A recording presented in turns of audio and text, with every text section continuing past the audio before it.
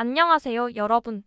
오늘은 사무실에서 하루 종일 앉아 일하시는 분들, 그러니까 우리 대부분이 꼭 알아야 할 이야기를 가져왔습니다.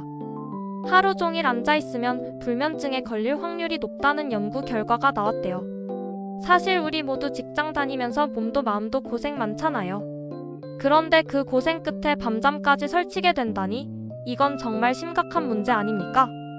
솔직히 잠 못 자는 거 그냥 넘길 일이 아니에요. 그냥 피곤한 해로 끝나는 게 아니라 건강에 큰 문제를 일으킬 수 있거든요. 그래서 오늘은 왜 앉아만 있으면 불면증에 걸릴 확률이 높아지는지, 그리고 해결책은 뭔지 속 시원하게 풀어드릴게요.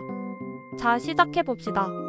미국 사우스 플로리다 대학교에서 무려 10년 동안 1000명이 넘는 직장인을 대상으로 연구했대요. 결과가 정말 충격적이더라고요. 하루 대부분을 앉아서 일하는 직장인은 불면증에 걸릴 확률이 37%나 높다는 겁니다. 근데 여러분, 이거 가만히 생각해보면 이유가 뻔해요. 우리 하루를 떠올려 볼까요? 아침에 출근해서 의자에 앉죠. 점심 먹고 나서도 또 앉죠.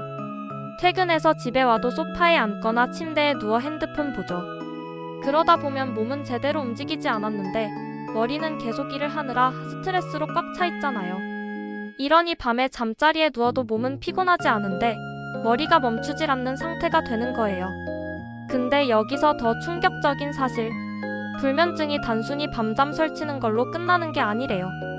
연구에 따르면 불면증이 계속되면 심혈관 질환, 당뇨병, 우울증 같은 심각한 질병으로 이어질 위험이 무려 72에서 188%나 높아진다고 합니다. 게다가 불면증은 한 번 시작되면 쉽게 끝나지 않는다는 게 더 무서워요. 이번 연구에서도 10년 동안 불면증을 겪은 사람들 중 90%는 여전히 불면증에서 벗어나지 못했다고 하더라고요. 그러니 잠 못 자는 걸 단순히 오늘 좀 피곤한 해로 넘길 게 아니라 지금부터라도 습관을 바꿔야 한다는 겁니다. 자, 이 연구에서는 사람들이 어떤 수면 유형을 가지고 있는지 3가지로 나눴어요. 첫 번째는 건강한 수면자예요. 규칙적으로 자고 낮에도 피곤하지 않은 상태. 말 그대로 우리가 다 꿈꾸는 이상적인 상태죠. 두 번째는 불면증 수면자예요. 짧게 자고 자도 자는 것 같지 않아서 하루 종일 피곤한 상태. 이게 가장 흔한 문제라고 해요. 세 번째는 보충형 수면자입니다. 평일에는 잠 못 자고 주말이나 낮잠으로 그걸 채우려는 사람들이죠. 근데 문제는 이 보충형 수면이 생각보다 별로 효과가 없다는 거예요. 야간 근무자나 교대 근무를 하시는 분들, 이 유형에 해당할 가능성이 크다고 합니다. 그럼 이제 중요한 건 해결책이겠죠? 다행히도 전문가들이 제시한 방법들이 꽤 간단해서 오늘부터라도 바로 실천할 수 있을 것 같아요. 첫 번째로 짧은 휴식 시간에 움직이세요.